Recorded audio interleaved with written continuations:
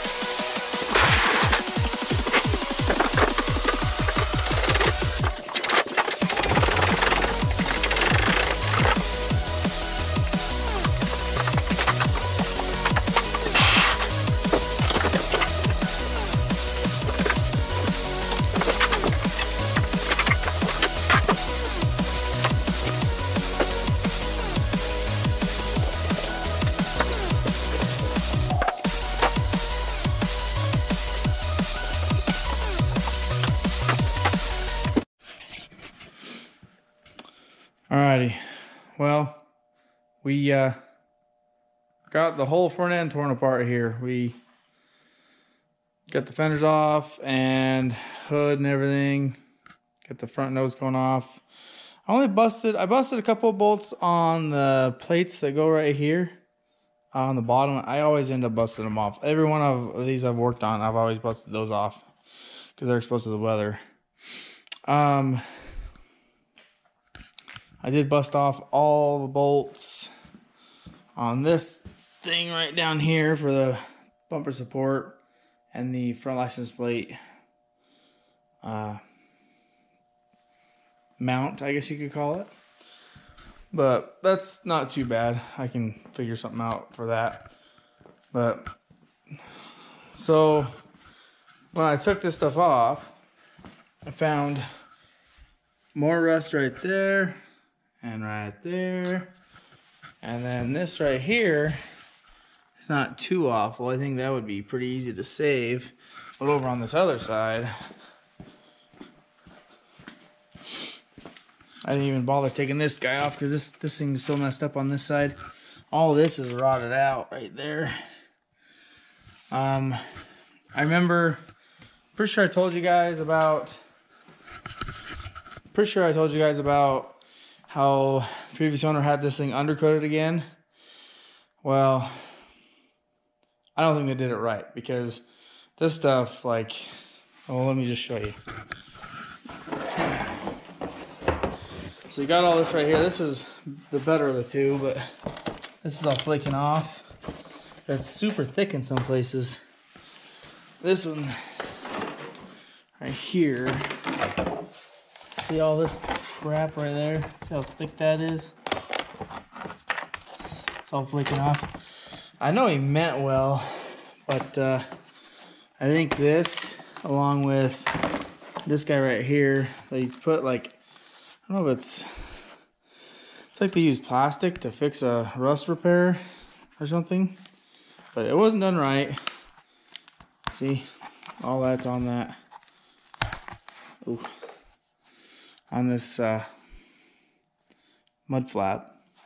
They were basically glued on. This one like came off hard. I was worried I was gonna break the fender flare on it. This one, kind of same thing. It wasn't glued on quite as hard. It came off a lot easier. But this is some of that junk that was stuck up behind. Oh, looks like it did bust part of the fiberglass off. That sucks. Look at it. I do have a couple of spares for the fender flares. So since this is going to be kind of a hodgepodge car anyway, it won't matter about the paint. Here's the driver's side that was like glued on heavily. Like I don't know what they were thinking. Oh yep, sure enough. Right there. Broke it off. Son of a gun. But I think I could save them. They're not too far gone by any means. I was expecting a lot worse, to be honest. Yeah. Yeah, I was expecting a lot worse.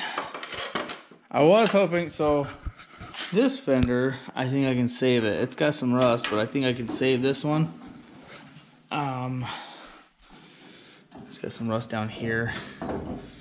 Honestly, doesn't look too bad. I mean, considering how old the car is, I've seen worse. I'm gonna have to either delete the trim or find replacements, which might be difficult. And then this guy, this side's pretty bad. I have another fender I could probably like cut off the bottom and like graft onto this one. The other fenders I have both have dents right here, so I don't know if it'd be easier to pull that dent out or if it would be easier to repair this fender. So that's the worst of it. Honestly, I was expecting to replace both fenders, so that's some good news. Alright, it's been a few days since I've actually taken this apart. And I've moved a few things around, but really nothing's really come off the car that didn't in the time lapse. So at this point, we're ready to pull the motor, or we're ready to pull things out of the way to pull the motor. I got looking at this, and my other car might not be tweaked like I thought it was, because this has kind of got wrinkles in it too. I'm gonna paint the engine bay before I put the motor in, because I want it to look nicer, and I'm kind of, I like a black engine bay. I don't really like a body color engine bay. I'm not looking to wire tuck anything. I want it to look nice, but I don't want it to be like super. This is not a show car. This is supposed to be driven. So, anyways, thanks for watching. Look forward to the next video, and I'll see you guys then.